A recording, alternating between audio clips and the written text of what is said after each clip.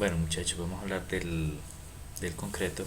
La presentación está en inglés, pero tranquilos, no se asusten, que digamos es un inglés muy técnico, muy simple. ¿Qué es concreto?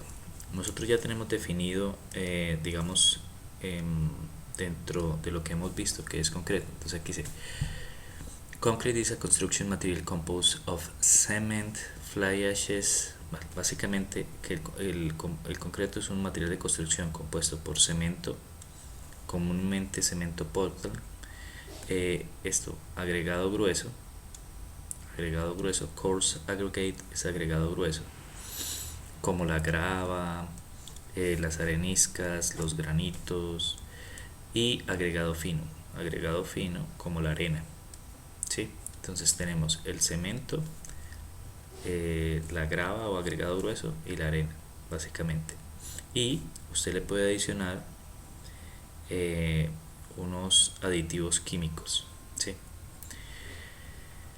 Concrete is strong in compression and aggregate efficiently carries the compression load. Sí, dice que es muy fuerte para resistir compresión, o sea, de los esfuerzos resiste muy bien la compresión. Y esta compresión, pues digamos, la resiste bien gracias a que los agregados pétreos pues resisten bien este tipo de carga, la carga de compresión.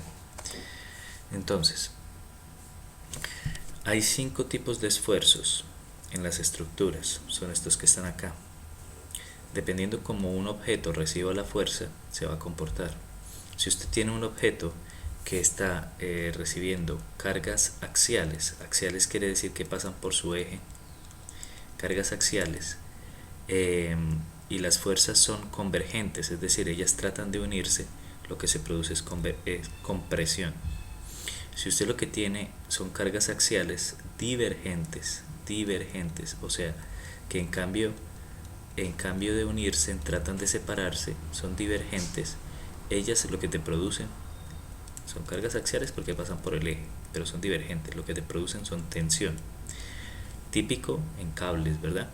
En los cables se ve mucho esto. Bending es lo que se conoce como flexión.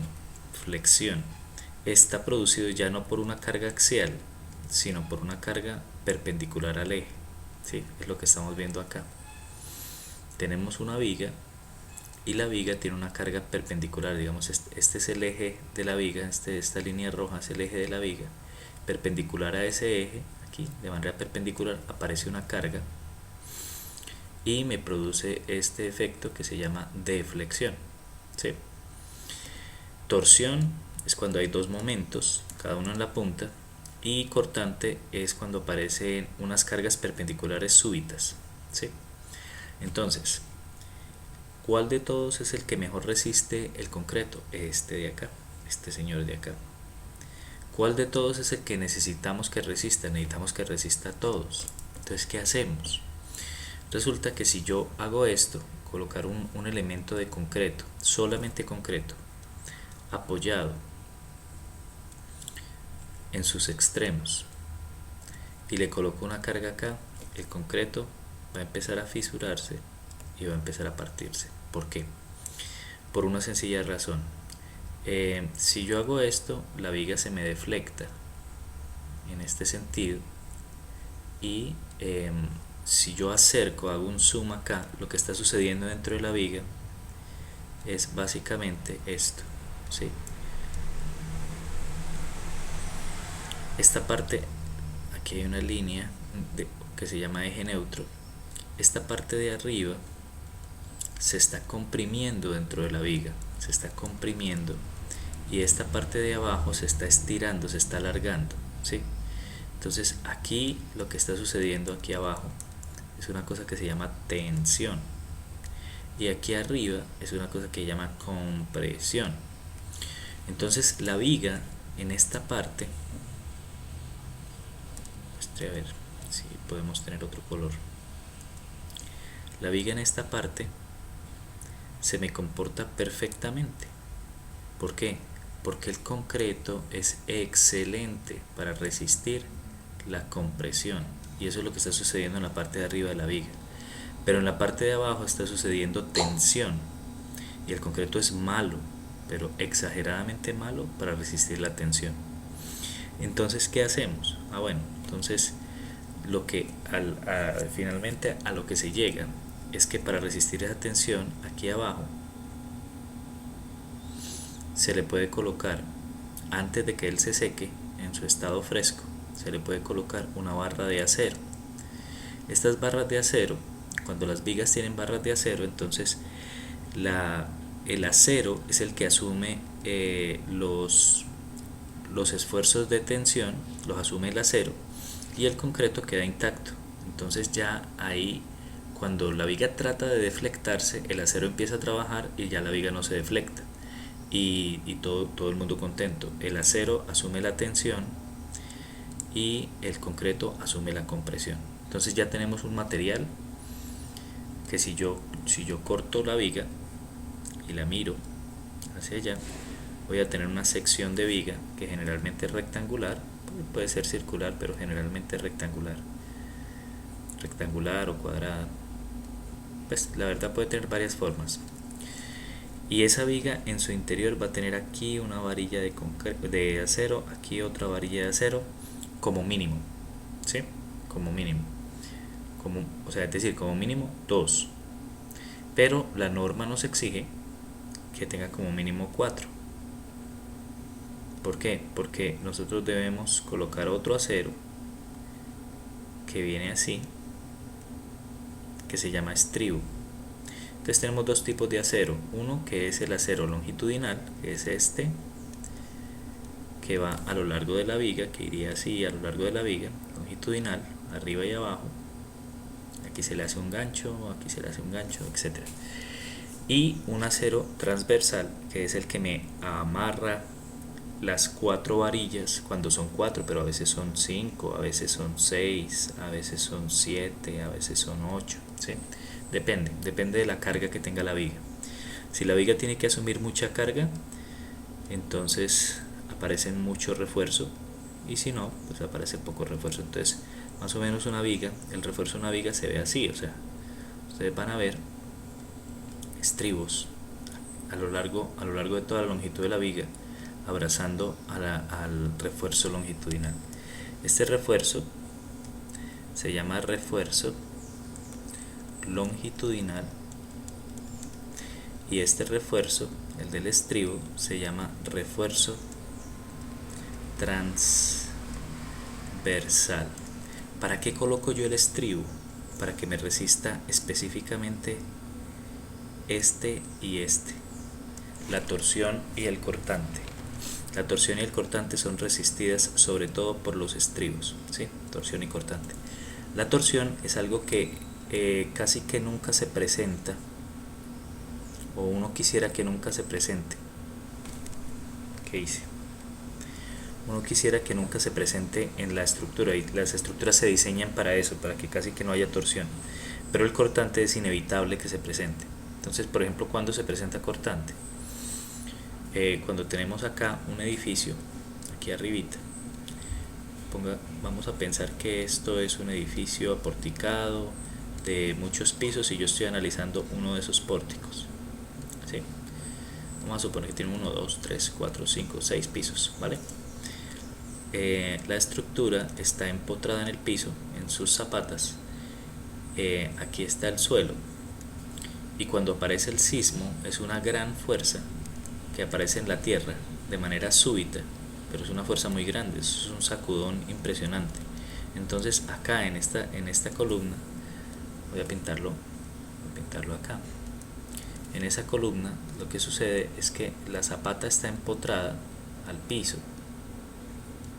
Tenemos acá suelo, y de pronto aparece esta carga súbita, ¿sí? Una carga súbita que por reacción, mejor dicho, la carga aparece en el suelo, pero la reacción del edificio es mantener su estado de reposo. Entonces se genera esto, que es este mismo efecto, y generalmente las columnas, cuando no están diseñadas para cortante, fallan, y eso es lo que se ha visto en los terremotos. Entonces, por eso digamos que los diseños, no solo las columnas, las vigas también pueden fallar por cortante. pero los diseños sismo resistentes tienen muchos de estos señores, muchos estribos. ¿Sí? Bueno, pasamos al siguiente. ¿Qué es concreto? Entonces, concreto. Concrete is an artificial conglomerate stone made essentially of Portland cement, water and aggregates. Entonces, muy sencillo. ¿Qué es? Es una piedra artificial, ¿verdad? Hecha básicamente de cemento, agua y agregados. Cuando cuando se mezcla por primera vez, empieza a endurecerse, entonces tiene dos estados. Llegamos acá. Concrete normally changes from a plastic to a solid state in about 2 hours. Entonces, lo que me dice es que tiene dos estados, un estado plástico y un estado sólido. Dice que cambia de estado en aproximadamente 2 horas, o sea, pues algunos dicen, alguna literatura dice 45 minutos, otra dice 1 hora, otra dice 2 horas, pero pues digamos sí, eso es más o menos el periodo, o sea, más largo que eso no puede ser. Con concretos especiales, eso pasa en 15 minutos, o sea, no hay un no hay un periodo digamos como definido, es que depende de la dosificación que uno use. Entonces, aquí es interesante hablar un poquito de este gráfico, que es el gráfico que muestra la resistencia a la compresión del concreto, ¿sí? La resistencia a la compresión. Entonces, si ustedes ven, aquí el gráfico está dado en porcentajes de resistencia a los 28 días. Entonces es resistencia versus tiempo, y el tiempo está dado en días. ¿Qué es 1? Es el 100% de la resistencia de diseño. Esa resistencia de diseño se llama F'C, ¿sí? Esto que viene acá, F'C. Entonces, si mi resistencia de diseño F'C es, por ejemplo, 3000 PSI, entonces cuando yo llegué acá a 1 es porque adquirí 3000 PSI, o sea el 100%, pero cuando llegue al 75 pues porque adquirí el 75% de los 3000. Cuando llegue a 50 será 1500 y así sucesivamente, ¿vale? Entonces miren la gráfica, el comportamiento. Esto es un concreto convencional. El concreto convencional es ese que puede hacer uno en obra, ¿sí? O comprar en una concretera, no importa, pero es convencional. Hay concretos mucho más sofisticados, hay concretos fluidos, plásticos, una cantidad de cosas. Entonces esta es la gráfica del concreto convencional. Miren lo que nos muestra. Nos muestra que en el día 0,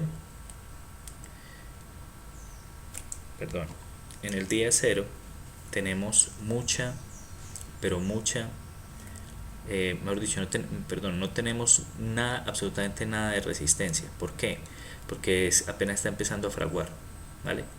Al día 3 ustedes ya tienen más o menos como un 30% de resistencia, que pues no es mucho, pero el día 7 ya tienen casi que el 60% de la resistencia, 0.6, ¿sí? Uno podría pensar que en el día 7 ya podría desencofrar ciertos elementos y esos elementos no tienen mucha carga, pero definitivamente en el día 14, mire que en el día 14 usted llega por acá, esto tiene que ser como un 0.85, o sea el 85% de la resistencia. Eso ya es mucha resistencia. Entonces seguramente, de manera segura, yo ya puedo desencofrar en el día 14. Hay gente que desencofra en el día 7, pues gente ya que tiene, pues eso depende también de qué carga tienes encima y todo eso, pero de manera segura se puede desencofrar al día 14. Y a los 28 días él alcanza el 100% de la resistencia. Después de esos días él sigue endureciéndose, pero digamos la pendiente de la curva es muy leve y se va a endurecer poco a poco, pero no va a ser tan alta la resistencia que alcanza después de los 28 días. Es decir, no se va a duplicar ni a triplicar, porque la curva tiende incluso no a caer, pero a permanecer muy horizontal, un poquito hacia arriba, no tan horizontal, pero Pero entonces así es que funciona. Entonces por eso podemos decir que nosotros podemos desencofrar a los 14 días. ¿Listo? El curado, entonces muy importante, la primera semana, aproximadamente hasta los 10, a veces 15 días. During the first week to 10 days of curing, it is important that concrete not be permitted to freeze or dry out, because either of these occurrences would be very detrimental to strength develop of the concrete. Bueno, lo que dice es que no podemos permitir que el concreto se congele o se seque, ¿sí? A nosotros no nos pasa esto mucho de que se congele, ¿verdad? Porque no tenemos las estaciones, pero en otros países suele suceder. Entonces para evitar esto, que se congele, se le echa agua, pero para evitar que se seque también se le echa agua. La deshidratación rápida del concreto es un problema, entonces el curado nos ayuda a evitar eso. Dice que si esto sucede, un secado o un congelamiento, pues se ve un detrimento de la resistencia. Teóricamente él mantiene la humedad del ambiente. Bueno, sí, pues claro, cuando tienes ambientes húmedos alrededor, pues obviamente el concreto se mantiene y puede incluso ganar fuerza. Pero pues eso depende mucho de las condiciones climáticas que tenga uno alrededor de la obra.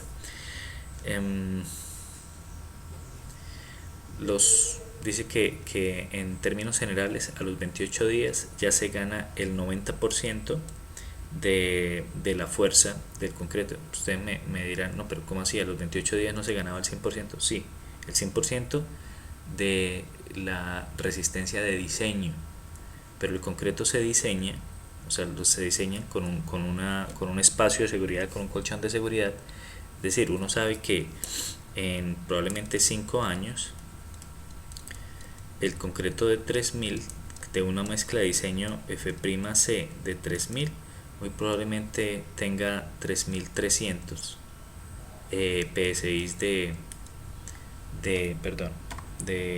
3300 PSI ¿de qué? De resistencia a la compresión. Entonces por eso siempre cuando hablamos de mezcla de diseño es el F'C, que es más o menos en la vida real un 90% de lo que alcanza el concreto, o sea, lo que alcanza a los 28 días rápidamente. Pero eso es un 90% porque a lo largo de su vida él va a seguir endureciendo. ¿Listo? Bueno, el curado. Entonces, él dice que como el concreto no tiene concreto, no concreto reforzado, como el concreto no tiene una resistencia a la tensión, usualmente, entonces dice, la resistencia a la tensión es más o menos un 10 o un 15% de la resistencia a la compresión. O sea, es muy bueno para resistir compresión. Y para resistir tensión resiste solamente el 10 o el 15% de lo que resiste a compresión. Entonces en realidad es malo para resistir tensión. Por esta razón es muy importante el refuerzo, ¿no? El refuerzo. Alguna forma de refuerzo. Las mejores formas de refuerzo pues para el concreto son el acero, ¿sí? Dice que la proporción de los ingredientes, es decir, eso se llama la dosificación, la dosificación. De allí depende la resistencia del concreto. Entonces vamos a ver qué es dosificar. Usted tiene una parte de cemento en la mezcla, usted tiene una parte de arena en la mezcla y usted tiene una parte de grava en la mezcla, ¿sí? Generalmente las dosificaciones se hacen por volumen. Pueden hacerse por volumen o por peso, pero en realidad en obras es mucho más práctico hacerlas por volumen, porque uno no tiene siempre una balanza a la mano, pero sí tiene un balde para medir volúmenes. Entonces, cuando uno, por ejemplo, dice coloquémosle 1 de cemento, 2 de arena y 3 de grava, eso te da una resistencia en particular, ¿sí? Te da una resistencia en particular. ¿Cuánto? El 1, 2, 3 creo que le da 2800, algo así, PSI de resistencia. Pero si tú cambias la dosificación a 1, 2, 2, a 122, pues la resistencia aquí también cambia y varía, ¿no? Entonces se disminuye la resistencia, ya te va a resistir por ahí 2400, no sé, ahorita lo miramos claramente, pero eso es lo que se refiere a la resistencia. Dependiendo de las cantidades de cada uno de los ingredientes, obtenemos resistencias diferentes, ¿vale? Y dice que obviamente el uso del agua también es muy importante, y nos habla de unos rangos de hidratación que debe tener el concreto. Bueno, clases de concreto. Entonces aquí concretos de 4000 psi, pounds square inches, o sea, libras sobre pulgada cuadrada, libras sobre pulgada cuadrada, y esto es megapascales, ¿sí? Entonces se hace la conversión. 4000 megapascales son 27.57, 3000 psi son 20 megapascales, 21. Entonces generalmente un concreto de 4000 es lo que se llama en megapascales un concreto de 28, un concreto de 3000 es un concreto de 21, este es un concreto de 18, y así. Sí, uno podría hablar en psi o podría hablar en megapascales. ¿Listo? Entonces, hay una clasificación, y dependiendo de la resistencia, pues se clasifican A, B, C, P. Nadie utiliza esto, o sea, nadie le va a decir a usted esto, un concreto AA, no. Generalmente uno dice un concreto de 4000 o un concreto de 3000, un concreto de 2500, un concreto de 2000, ¿sí? ¿Para qué se utiliza cada concreto, cada uno de esos? Pues hay unos usos, ¿no? Por ejemplo, el AA, que es de 4000 psi, 4000, pues tiene el uso sobre todo para tanques.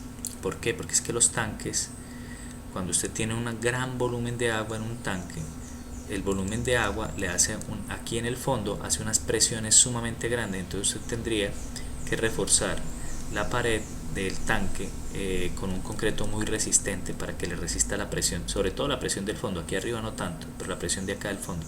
Entonces se utiliza para tanques, también se utiliza para estructuras. Cuando usted quiere estructuras muy reforzadas, pues usted le aumenta el refuerzo la resistencia al concreto.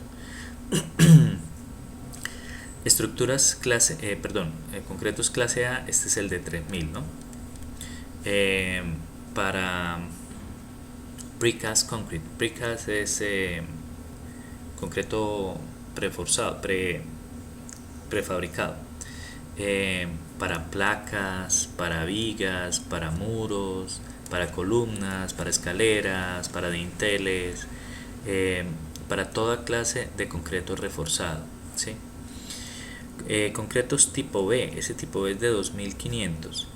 Dice placas sobre el piso, esto es placas sobre el piso, vigas de amarre, algunas cimentaciones, y donde se especifique.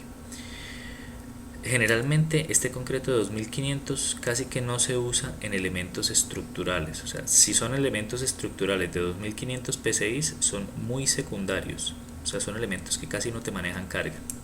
Para elementos estructurales 3000 psi. Y el C, que creo que es de 2000,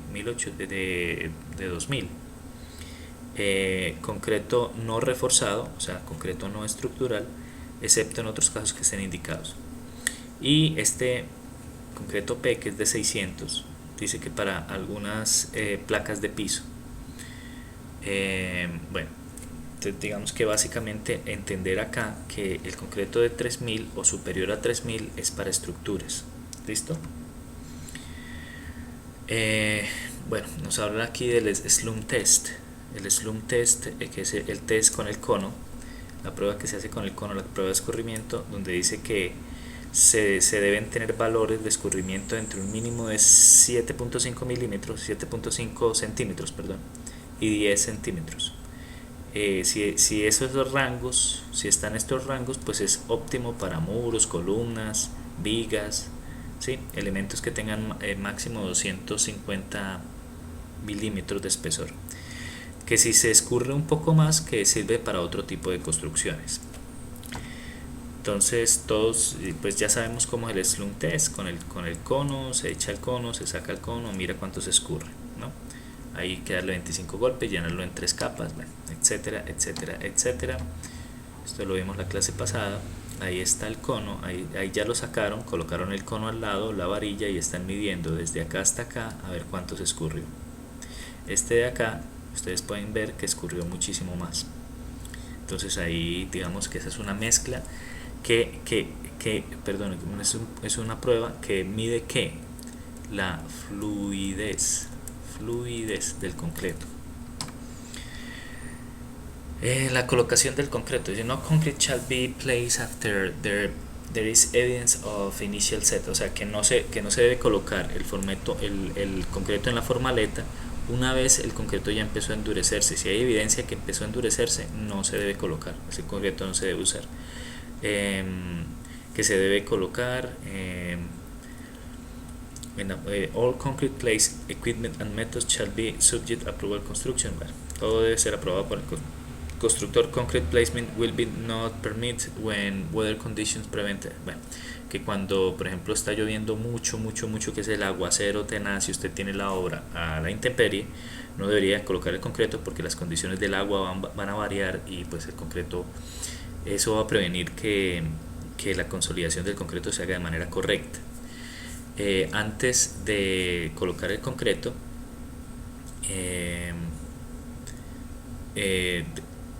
shall be damped as, bueno, debería estar seco, ¿no? O sea, cuando se va a colocar sobre todo en el suelo, cuando hay excavaciones, vigas de cimentación, no deberían estar empapadas por agua, ¿sí? Las formaletas deberían estar limpias, sin residuos ni agua. El concreto se deposita de manera horizontal en capas de 31 a 51 centímetros de profundidad, de manera bueno, esto la verdad es que es muy relativo. O sea, uno en obra no va a poder medir 31 centímetros, y pues las capas tampoco son tan gruesas, entonces no hay, digamos, como mucha cosa. Bueno, sí, evitar que se formen esto es importante. Dice tips and manner to preclude the formation of cold joints between the successive layers. Eso lo que me dice es que yo debo evitar que este concreto, que antes de echar una segunda capa de concreto, o sea, yo eché esta capa, que antes de echar la segunda capa, o sea, de volverle a vaciar acá, que este se endurezca. Porque si se endurece, entonces me forma aquí lo que llaman un cold joint, o sea, una junta seca o una junta fría. Y entonces ya el concreto no me está funcionando como un material, sino como dos piezas aparte. Entonces eso es lo que dice ahí. Pues eso en realidad uno trata de que eso no pase en obra, ¿no? Bueno, el método de colocado es que el concreto se vacía, pero hay que evitar la segregación de los agregados. O sea, ¿cómo se evita la segregación de los agregados? Primero, no vibrando en exceso. Cuando se vibra en exceso, entonces ya colocamos el concreto. ¿Qué tenemos que hacer? Tenemos que vibrarlo. ¿Por qué tenemos que vibrarlo? Porque al colocar el exceso por un vertimiento, hay aire que queda atrapado en la formaleta. Entonces usted tiene su formaleta, usted echa concreto y hay unas burbujas de aire que usted tiene que sacar. Para eso usted introduce un vibrador que emite vibración, y las burbujas empiezan a subir y salen a la superficie. ¿Sí? Las burbujas salen a la superficie. Pero si usted sigue vibrando excesivamente, todo el agregado grueso y fino que está acá va a empezar a bajar al fondo, se va a depositar en el fondo, y finalmente usted va a tener muchos agregados en el fondo y arriba mucho cemento. Entonces esto ya no es concreto, esto es agregado y mortero, y esto ya no tiene la resistencia de un concreto. Entonces hay que evitar que suceda esto. Esto se llama segregación. Hay que evitar que eso suceda. La segregación también se puede producir por un vaciado muy brusco, ¿sí? Por un vaciado muy brusco, que le boten la mezcla ahí de una altura grandísima o con una fuerza muy grande, también se puede producir segregación. Entonces hay que evitar eso. ¿Cómo se calcula el concreto? Entonces dice que el volumen es lado por la altura, ¿sí? Pues están midiendo el volumen como de un cubo, lado por la altura. Entonces dice L por W por H, ¿sí? Lado por lado, básicamente. Entonces aquí hay algo interesante que dice the volume occupied by the reinforced bars should be less, which is estimated at 5% of the total volume. ¿Qué quiere decir eso? Que el volumen ocupado por las barras de refuerzo debe ser menos de lo que se estima, que es el 5% del total del volumen. Entonces, si por ejemplo a usted esto le dio un volumen de 100 metros cúbicos, pues en realidad 95 metros cúbicos serán de concreto y 5 metros cúbicos serán de acero, ¿sí? Es decir, porque lo que estamos nosotros calculando es, si supongamos que esto es una viga, esa viga va a tener unos refuerzos de acero acá. Ese acero me va a ocupar un volumen. Lo que me está diciendo esta diapositiva es estime el volumen del acero, de las barras de acero dentro de la viga, estímelo con un 5%, ¿sí? Entonces uno le calcula el volumen total a la viga, le resta el 5% y ya sabe cuál es el volumen de concreto, ¿de acuerdo? Bueno, ahí está mostrando una formaleta vertical. Bueno, aquí me hablan de la unión. Dice que cuando el concreto está conectado, un concreto ya viejo con un concreto nuevo, la unión se debe hacer por medio de un agente de concreto epóxico. O sea, hay un aditivo que es un epóxico para concreto viejo y nuevo que se aplica, se deja unos 20, 25, 30 minutos y luego sí se le aplica el concreto nuevo. Eso es para garantizar la adherencia, ¿sí? Eso lo hablamos en la clase pasada un poquito, creo. Miren, esta es una placa que está a punto de ser fundida. Esta es una placa que está a punto de ser fundida. Aquí se ven las vigas. Estos son los refuerzos de las vigas. Estos son los refuerzos de las columnas. Por ahora no se van a fundir las columnas, solamente la placa. Pero estas cositas de acá son muy interesantes porque son los pasos. Entonces mire que uno deja una formaleta acá que nunca se va a llenar. Eso después de que se funde todo el concreto, después de que todo esto está fundido, pues esto es un hueco. Esto es un hueco. Y muy probablemente por ahí se van a pasar tuberías, servicios, algún tipo de ducto, pero digamos que esto ya se diseña con ese hueco, la placa se diseña con ese hueco para garantizar los pasos de servicios, ¿de acuerdo? Es muy importante dejar eso porque después de que esté consolidado el concreto, romper la placa puede llegar a generar debilitamientos posteriores. Bueno, esto no tiene mucha relevancia. Aquí nos están mostrando esta maquinita que es una bomba. Esto es una bomba de la que bombea el concreto. Entonces la mixer la surte y no, esta la están recogiendo es con balde. Entonces esta es una manera de subirlo, y es usted llena este balde, hay una pluma que sube esto, lo eleva, lo lleva al punto y digamos remotamente se puede abrir la compuerta de abajo y el concreto cae, ¿sí? Eso es un método. Otro método es este, que es el método de bombeo. Entonces mira, este sí es la bomba que yo les decía. Entonces llega la mixer, surte la bomba y la bomba es capaz de impulsar el concreto por toda esta longitud y llevarlo allá hasta el fondo de la obra. Entonces mira, aquí viene por acá y sigue hasta el fondo y ¡chun! Les llegó el concreto a los muchachos allá para que lo esparzan, ¿sí? Esas bombas pueden tener tanta potencia que usted puede fundir a una altura hasta de 20, 30, 35, 40 pisos, ¿sí? Ahorita hay bombas mucho, aquí en nuestro mercado usted consigue una bomba que le sube por ahí hasta el piso 30 o algo así. Pero en otros países pues hay bombas mucho más potentes que alcanzan los 60 pisos, una cosa de esas.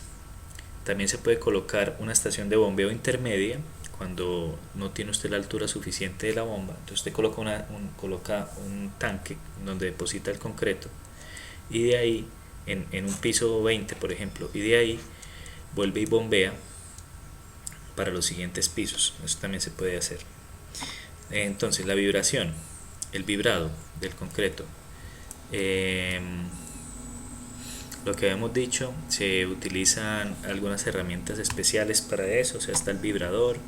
Se debe hacer por un trabajador, digamos, que tenga la habilidad, que sea capacitado para vibrar, por lo que les decía, si es demasiado vibración, segregación. Si es poca vibración, entonces se me queda el aire atrapado, entonces se me producen hormigueros. Entonces ellos saben, los que trabajan con vibradores saben cómo es. Por eso dice que un trabajador experimentado. Y hay maneras manuales de vibrar y hay maneras mecánicas. Entonces una manera manual es golpeando la formaleta con un martillo de caucho o con una varilla, chuzando el concreto con una varilla. Esa es otra manera manual, pero digamos que la mejor manera es con el vibrador. Bueno, una vez uno vibra el concreto y ya terminó y llegó a la altura que tiene que dejar el concreto, usted le puede dar un acabado con una llana, ¿sí? Usted puede acabarlo y nivelar el concreto con una llana o con un codal. Es generalmente lo que se le pasa para darle, digamos, a la superficie final un acabado liso. Aquí, mira, aquí estamos viendo el vibrador. Este es el vibrador, este de acá, y este es la bomba que está trayendo el concreto. Samplings o muestras. Estas son las muestras que hay que recoger cada vez que uno hace una colchada de concreto o le llega una mixer. Uno debe recoger estas muestras. También lo hablamos la clase pasada. Estos son las formaletas cilíndricas. Bueno, dejemos ahí, muchachos.